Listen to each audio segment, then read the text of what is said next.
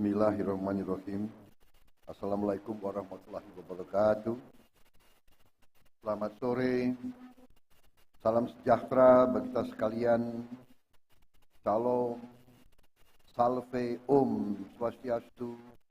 Namo Buddhaya, salam kebajikan.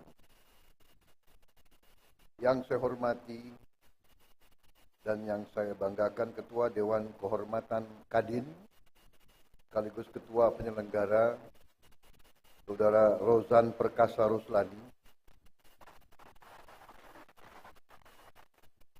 Ketua Umum Kamar Dagang dan Industri Indonesia Saudara Anindya Bakri,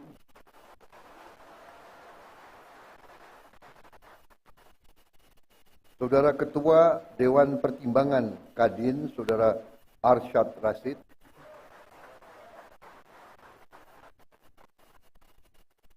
para Menko, Menteri, dan Wakil Menteri Kabinet Merah Putih yang turut hadir, Ketua Dewan Penasihat Kadin, Ketua Dewan Penasihat Usaha Kadin, tokoh-tokoh pengurus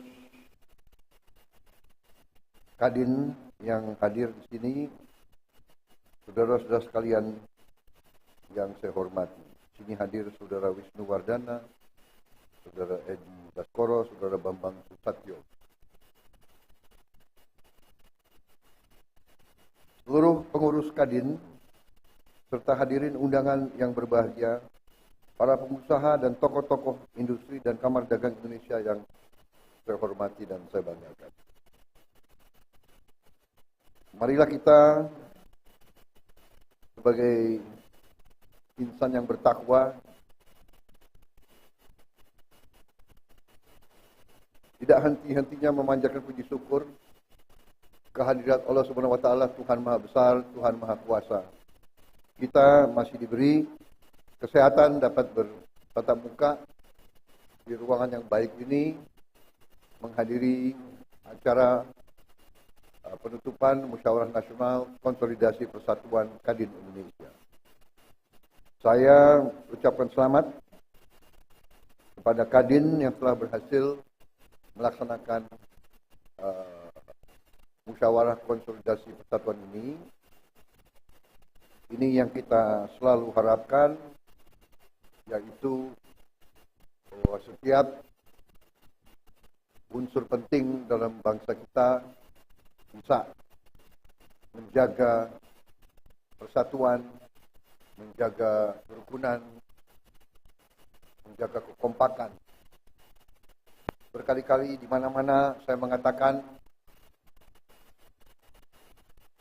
di tengah dinamika geopolitik, geoekonomi, dan geostrategi dunia, persaingan semakin keras antara blok-blok ekonomi, antara kekuatan-kekuatan besar. Dalam persaingan yang keras itu, semakin diperlukan kehati-hatian oleh semua unsur bangsa-bangsa, terutama bangsa-bangsa seperti Indonesia. Saya baru mungkin menginjak bulan ketiga memimpin pemerintahan Republik Indonesia, dan semakin saya mempelajari keadaan perekonomian kita, saya semakin merasa percaya diri, saya merasa optimis, saya percaya, saya yakin kita akan mencapai, bahkan mungkin melebihi 8% pertumbuhan.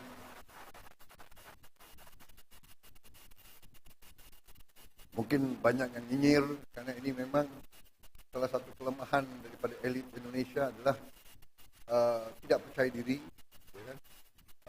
Suka melihat kawan susah melihat kawan senang. Ini sifat kita harus koreksi diri, ya. Sifat mungkin terlalu lama kita dijajah, ya kan?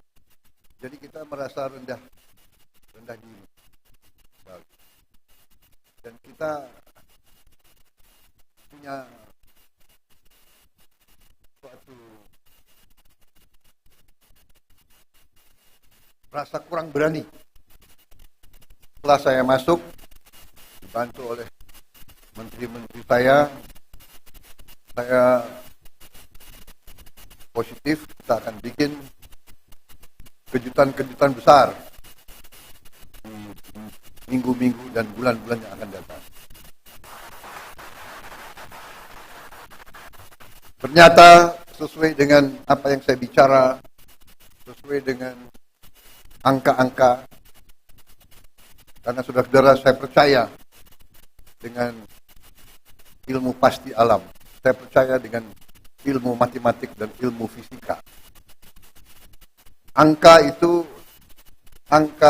ilmiah itu susah untuk berbohong. Asal kita melakukan kalkulasi yang masuk akal, ya. 2 tambah 2 itu 4. Hanya kadang-kadang dalam politik Indonesia 2 tambah 2 bisa 4,5, bisa 5, bisa 3, tapi itu tidak ilmiah itu, ya. Dan manakala kita ninggalkan akal sehat, manakala kita tinggalkan hitungan berdasarkan logika, yang terjadi adalah distorsi dan disfungsi. Saudara-saudara, saya katakan dan kita semua tahu bahwa Indonesia sangat kaya. Tapi kekayaan ini sering tidak kita kelola dengan baik dan dengan akal sehat. Dan selanjutnya kita sering melakukan pemborosan. Saudara-saudara sebagai pengusaha, seharusnya saudara-saudara yang lebih paham. Perusahaan yang tidak efisien, perusahaan yang bekerja dengan seenaknya, tidak mungkin survive. Kalau pengeluaran lebih besar dari pemasukan, ya sudah, itu menuju pilot. Tidak mungkin ada organisasi yang survive kalau pengeluaran lebih besar dari pemasukan. Karena itu, saya bertekad memimpin suatu pemerintahan yang efisien.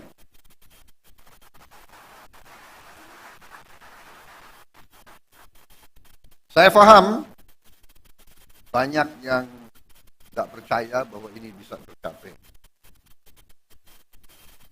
Saya paham bahwa setiap organisasi, setiap institusi, apalagi yang sudah terbiasa bertahun-tahun dengan praktek-praktek tidak efisien, pemborosan, akan berusaha untuk mengakal-akalin pimpinan. Saudara-saudara, sudah saya katakan berkali-kali, saya sudah lama jadi orang Indonesia.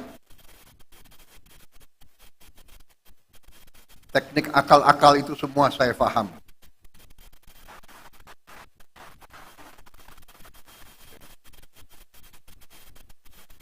Jadi sudah saya buktikan, dan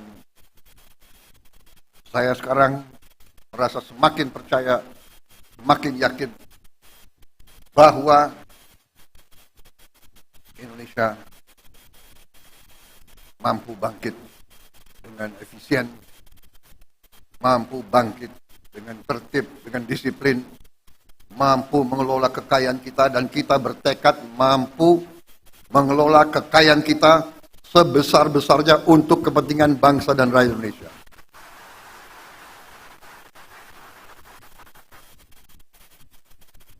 Saya kira inti yang ingin saya sampaikan itu, saudara-saudara, kebijakan-kebijakan yang saya bersama pemerintah, bersama pembantu-pembantu saya, kebijakan yang kita keluarkan adalah kebijakan yang semata-mata untuk kepentingan bangsa dan rakyat Indonesia.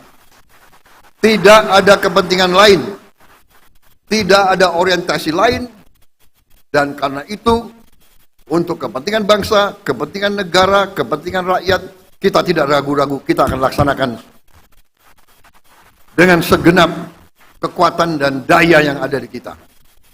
Saya kira intinya itu, karena itu saya sangat gembira, saya ucapan selamat kepada tokoh-tokoh Kadin, saudara-saudara memegang peran penting dalam menjalankan ekonomi Indonesia.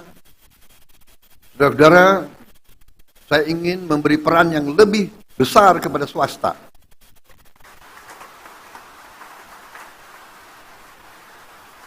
Ada yang mengatakan saya menghentikan proyek-proyek infrastruktur. Tidak benar, saya tidak menghentikan.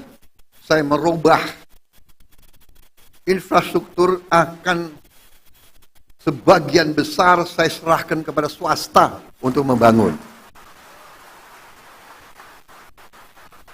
Swasta lebih efisien, swasta lebih inovatif, swasta lebih pengalaman, saudara-saudara sekalian.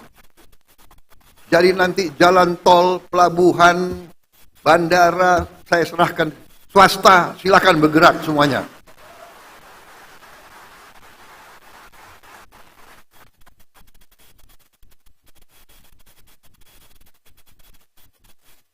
Berkali-kali saya katakan nanti pemerintah akan yang penting-penting dan inti-inti yang menyangkut perlindungan kepada rakyat dan sebagainya. Tapi yang bisa dikerjakan oleh swasta, harusnya swasta berkembang, swasta bekerja dan semuanya.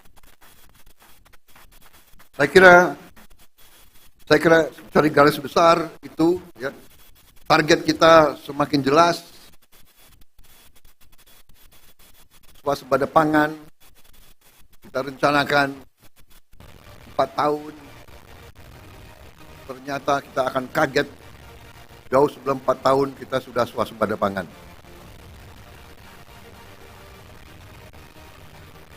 Swasembada energi demikian juga, mungkin kita, negara tidak banyak di dunia yang akan memiliki green energy, kita akan memiliki energi terbarukan yang utuh dan yang substansial.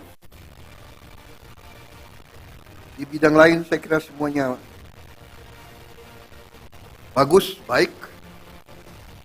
Kita akan investasi besar-besaran tahun ini. Saya kira itu yang bisa saya sampaikan. Ini baru 3 bulan, tolong tunggu sabar sedikit, mungkin bulan ke-5 ke-6 saudara akan merasakan bahwa kita mau bukan jalan as usual. There is no business as usual. Kita sekarang lari, kita akan cepat, kita akan bergerak dengan secepat-cepatnya. Masalahnya sekarang adalah kita harus siapkan sumber daya manusia, kita harus siapkan awaknya, kita harus siapkan manajer-manajer muda, anak-anak muda yang pinter otak, hatinya bersih. Jangan pinter otak, hatinya nggak bersih, bahaya itu. Ya.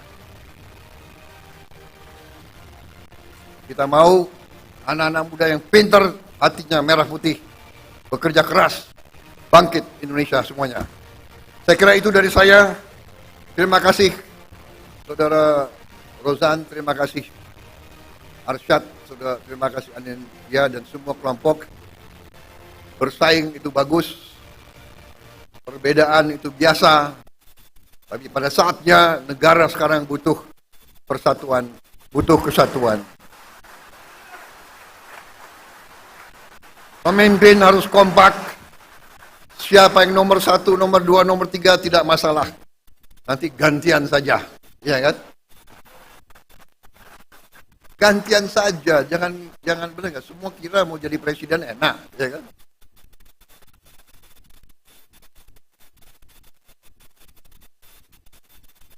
Jadi presiden tuh nggak boleh flu, tau nggak? Saya kira itu dari saya. Selamat bekerja, Kadin. Kita butuh Kadin yang dinamis, pengusaha-pengusaha yang berani, inovatif, ya kan? Kerjasama Indonesia Incorporated, saudara-saudara sekalian.